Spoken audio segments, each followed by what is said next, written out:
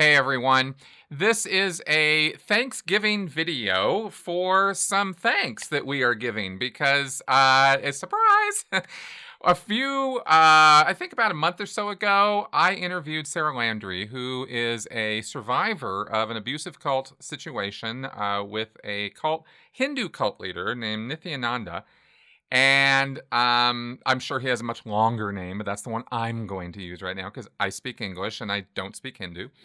But I wanted to share this with you guys because kind of behind the scenes, or if you haven't been following what's been going on since the podcast I did with Sarah, there has been some good forward development. And so what I'm going to do is I had asked Sarah to come back on my channel, and she readily agreed. And so, hi, Sarah. Hi, Chris. Good to be back.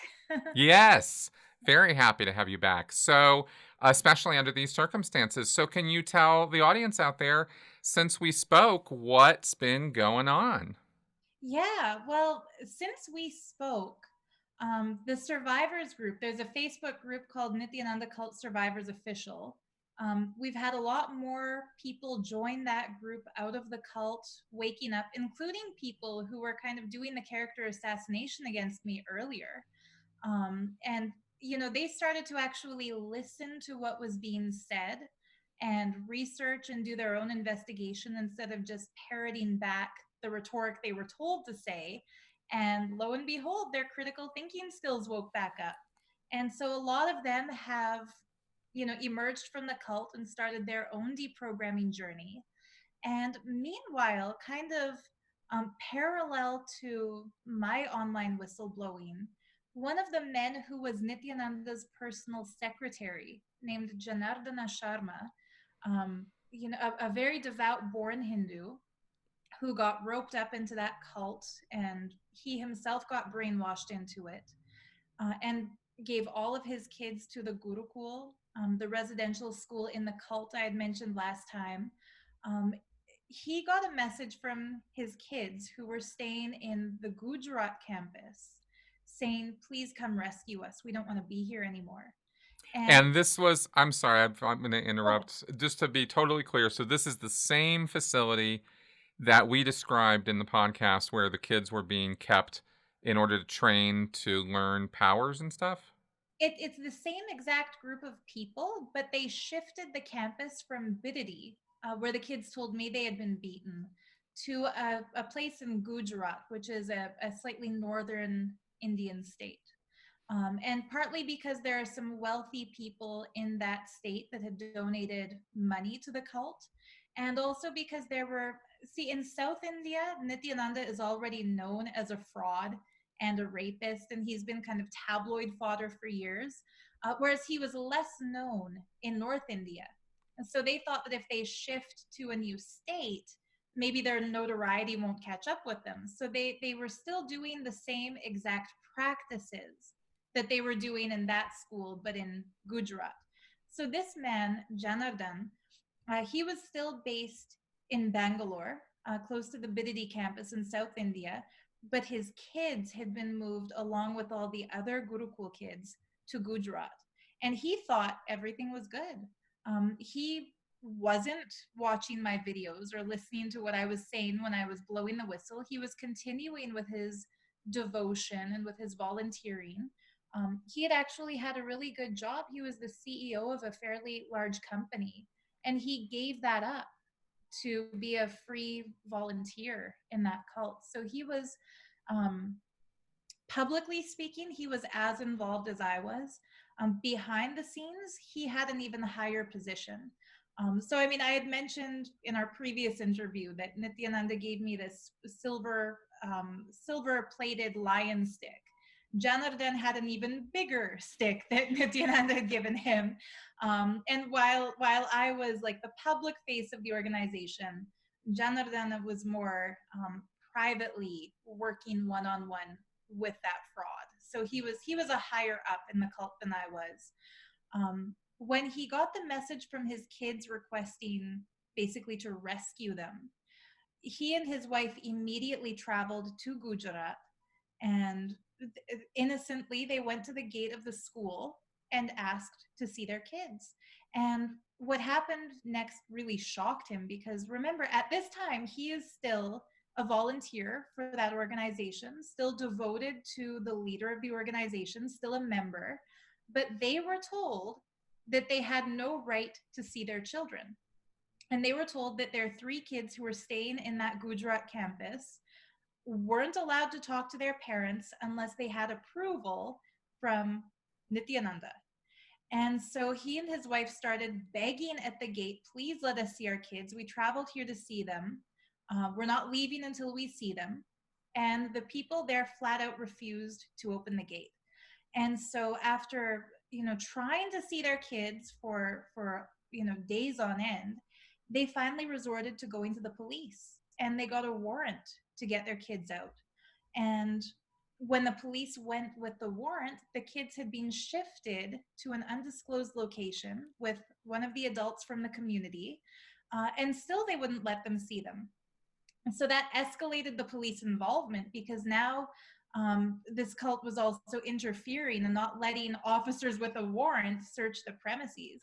And so that's when the cult started a character assassination against Janardhan and started lying about him and his wife. And his own daughters started making really disturbing videos on Facebook Live claiming that they had been raped and that their rapist was having an affair with their mother and that their father had sold them into child prostitution and that their parents were criminals and that they had been beaten at home and that their parents are evil and bad. And at that time, go ahead. How old are these kids? The youngest kid is 13, 12 or 13 is their son. One of their daughters is 15. One of their daughters just turned 18, and one of their daughters is 20. The 20-year-old has been with Nithyananda in Ecuador this whole time. It was the three younger kids in the Gujarat temple, Gujarat Gurukul. The one making these defamatory videos against her parents was the 18-year-old. And she's the one who had emailed Janardhan saying, Dad, please come rescue me from this place. So he told the police, I don't care what they say in these videos. It doesn't bother him that his kids are slandering him and lying about him and his wife. He knows that they're being forced to do that. So finally, the police were successful in rescuing the two underage kids out of the cult. So luckily, the youngest son and the youngest daughter are back home with their parents. And they have confirmed everything I said earlier about the beatings that took place on December 30th, 2017. So one major development is that up until these kids came out, the majority of people brainwashed in that cult were saying Sarah Landry is a liar. She claims kids told her they were forced to beat each other, but there's no proof. None of the kids have said this. And they basically just said that I had some ulterior motive or some agenda to try to destroy their reputation.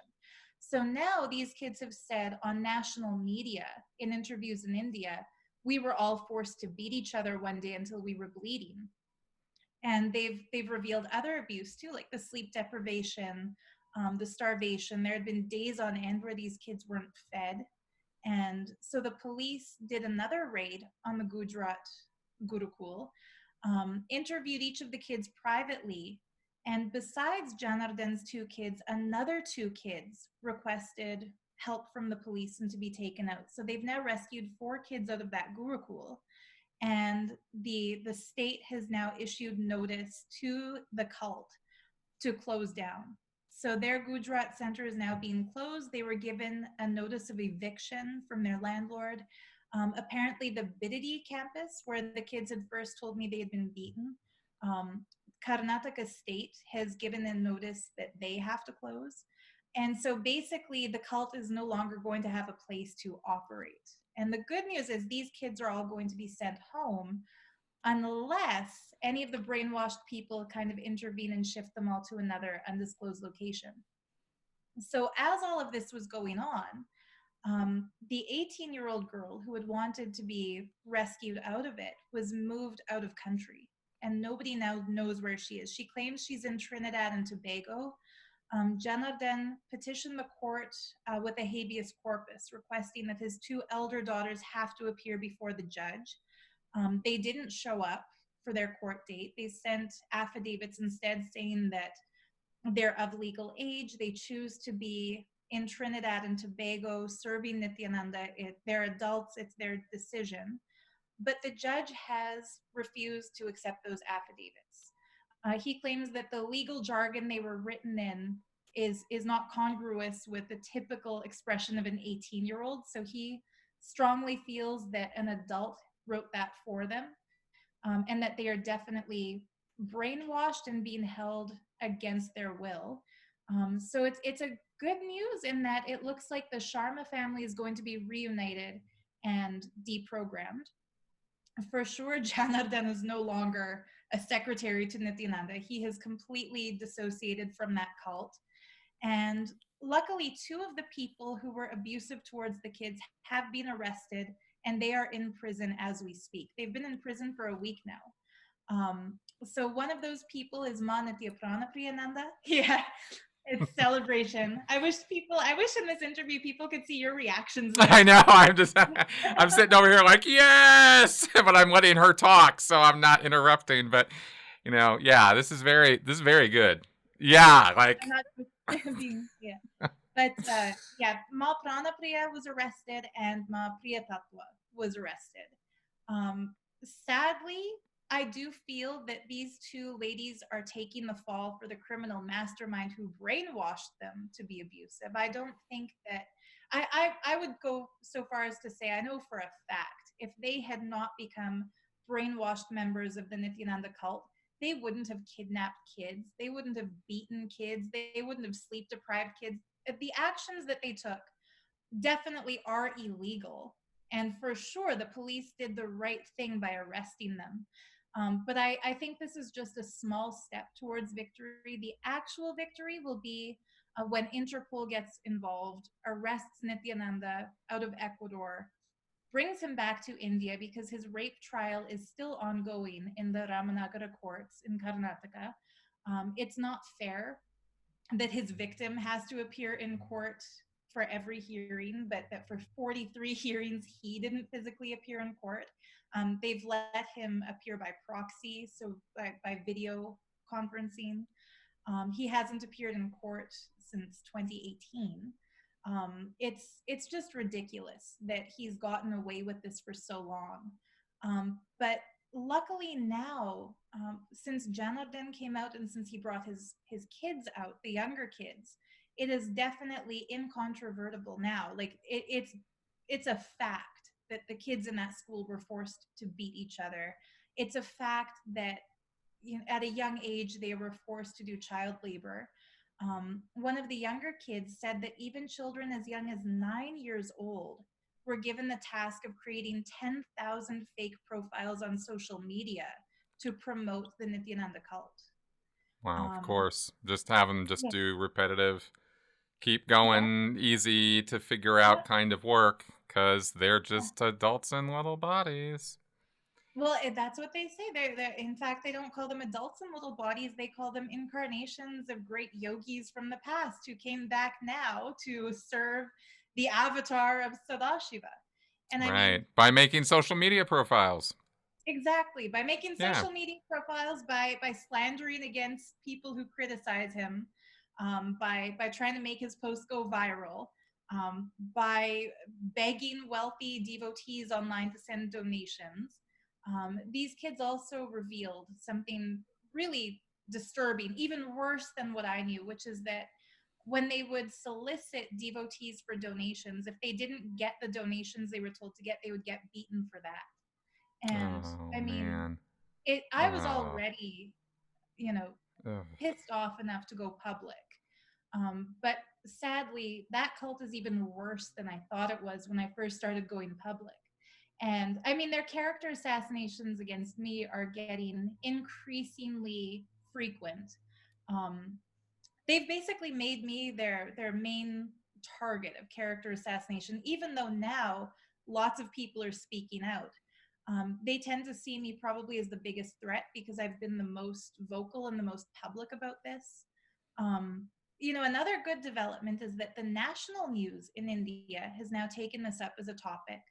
And, a man who is arguably India's most influential media personality called Arnab Goswami with Republic TV, he created a hashtag that's hashtag Republic exposes Nithyananda, and another one, hashtag arrest Nithyananda. And those both went viral across India. Like thousands of tweets were made by people who are just outraged that this kind of cult abuse is allowed to go on, and that the man has fled to Ecuador. Um, so that Is Ecuador a country that refuses to extradite? Is that why he's yeah, over there? yeah. Okay. Ecuador does not have an extradition treaty with India. Okay. And for sure, and he has requested asylum. Like he's petitioned the Ecuador government for asylum.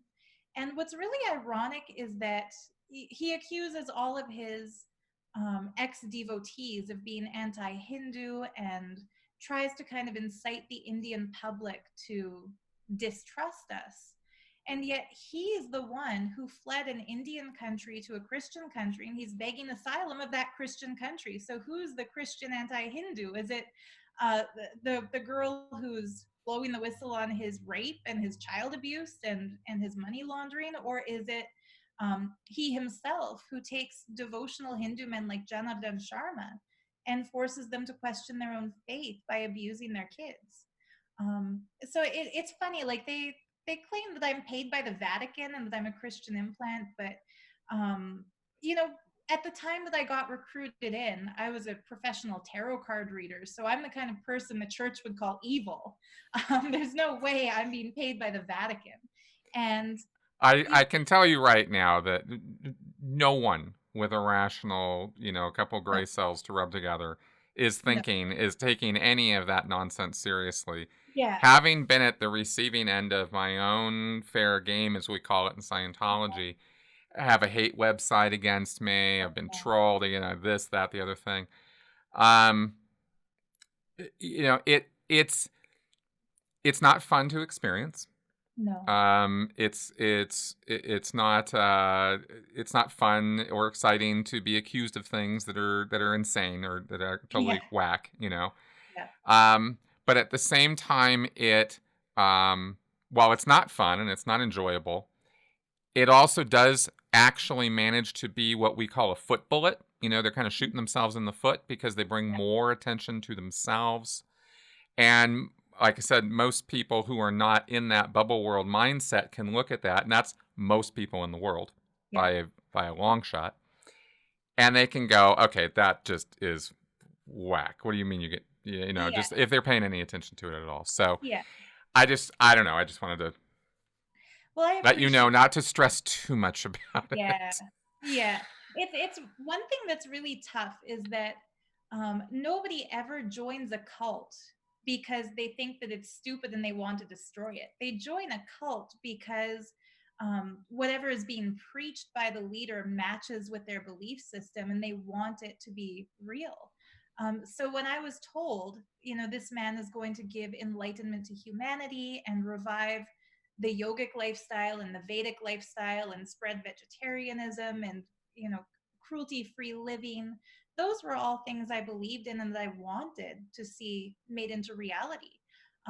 So it's kind of annoying to be accused of being an implant with a vendetta against Hinduism, trying to destroy it from the beginning, because in fact I joined it because I wanted it to be real. And there's a certain mourning process that goes along with deprogramming where um, I wasn't defending that fraud because I liked the way he mistreated us. But even after I left that cult, I continued to defend him on social media because I was holding on to the hope that what I had originally been promised might actually still come true. And so the thing that they're doing that I think is their most successful character assassination campaign, they've made a video that they call Sarah versus Sarah. It should actually be called Sudevi versus Swarupa Priya versus Sarah, like the different cult names he had given me, because it shows video clips of me when I was still brainwashed or when I was very recently embarking on the deprogramming journey, saying things that conflict and contradict what I'm revealing now. And it's absolutely ridiculous. If anything, that video proves how far gone a person will be when they're brainwashed, and how they'll say one thing and believe something else. Because one of the things he says to disciples is that there's no such thing as right or wrong, and that truth is stretchable. There's a difference between truth and reality, and what you think is true might not be the reality, but the guru reveals what is reality. So you have people lying through their teeth, not even believing what they're saying, but they think it's a higher reality than true. And I think it's sad that a lot of people who otherwise would be intelligent, clear thinking, level headed people are really saying things that are obviously false and defending something that's obviously false, because they have been convinced that that's a higher reality than the actual reality. Um, so, like That's I how it said, works. Yeah, yeah, that's that's yeah. Like I said, it's good that there have been arrests made, and it's good Mhm. that there were notices given to shut down those compounds. But I feel that, this fraud is still going live every day on social media from his undisclosed location. And he's basically teasing and taunting the judiciary by saying that he can't be touched by any court. He's claiming that he has impunity as the leader of the world's only Hindu nation, which is non-existent. I mean, in actuality, he's absconded and he's hiding out in Ecuador begging for asylum. But he claims that he is the sole leader of a Hindu nation called Kailasa.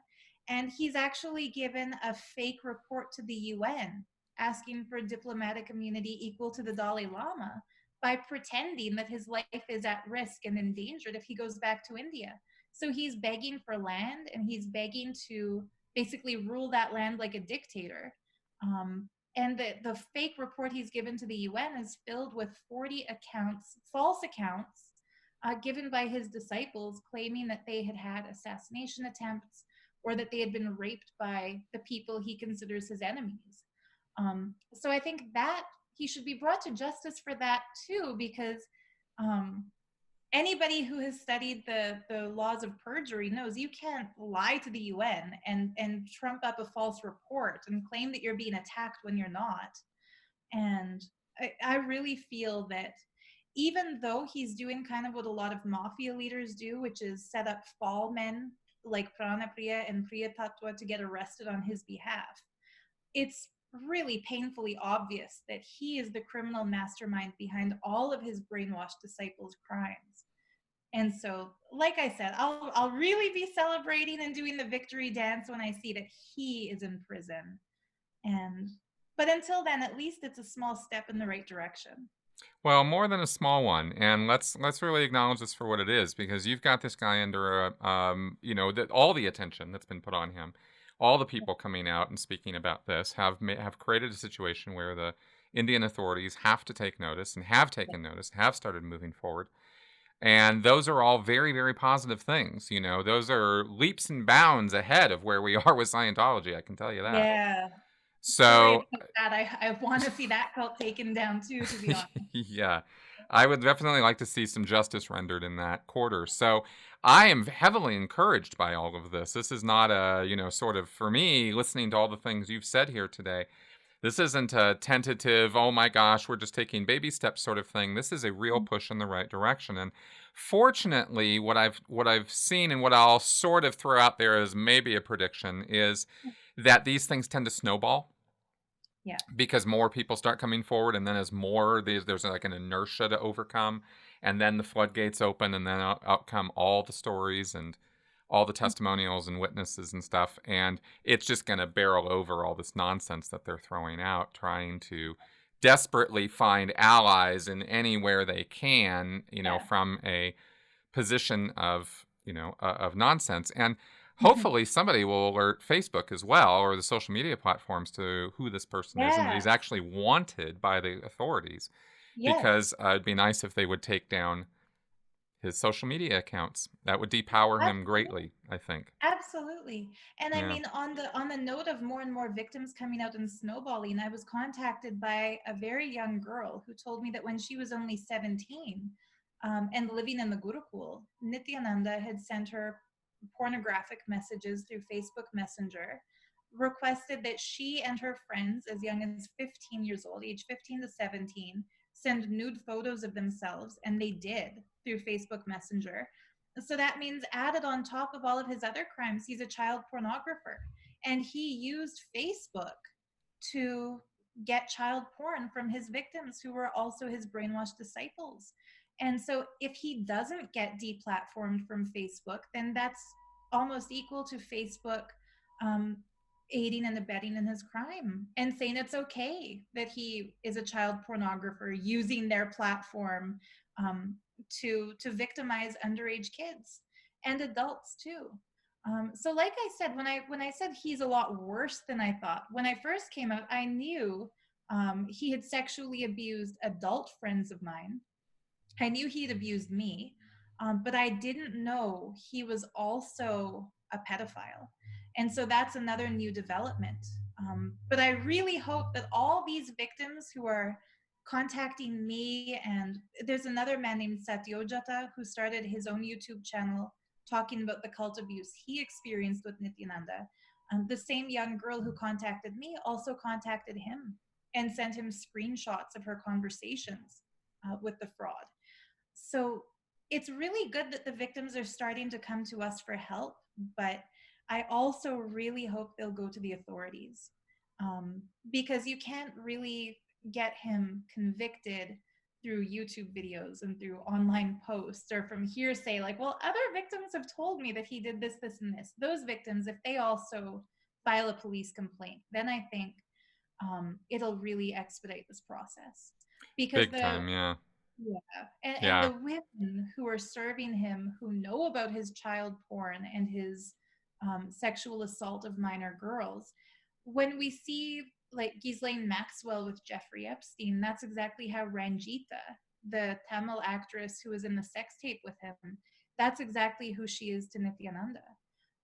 So there are a lot of people equally criminally accountable who I really think, as more victims get the encouragement to come forward, maybe when they let go of the false fear and the belief in guru droha, that they're somehow committing a crime by telling the truth, if they let go of those fears and just go public, then that'll really, really put him away. Exactly.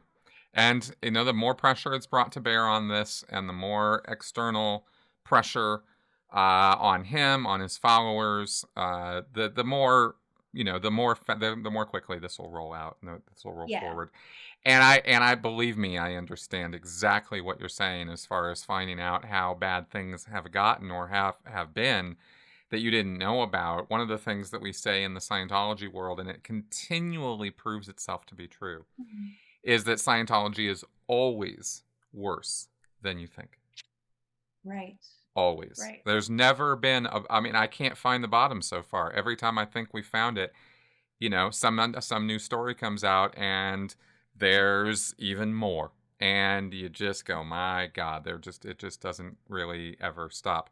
So I totally hear Yeah. you on that. And it's just kind of a journey we're on here and in doing this. Yeah.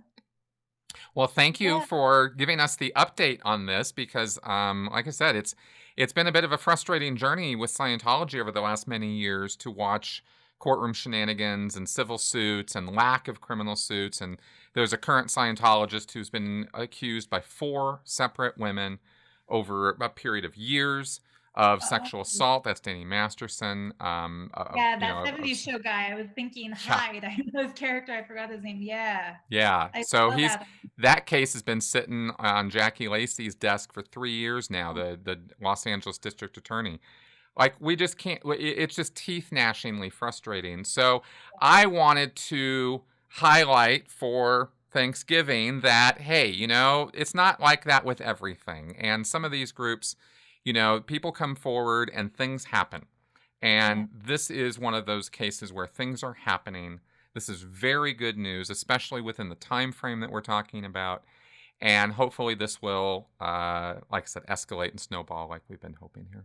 Yeah, thank you. I hope so. And when it does, I'll let you know. I'll keep you posted. Absolutely, and I'll let you guys know what's what as this moves forward. Thank you. So Sarah, thank you again for your time here. My pleasure. Thanks for having me back. It's really good to be able to share with somebody who really gets it. Yeah. Yes, I do.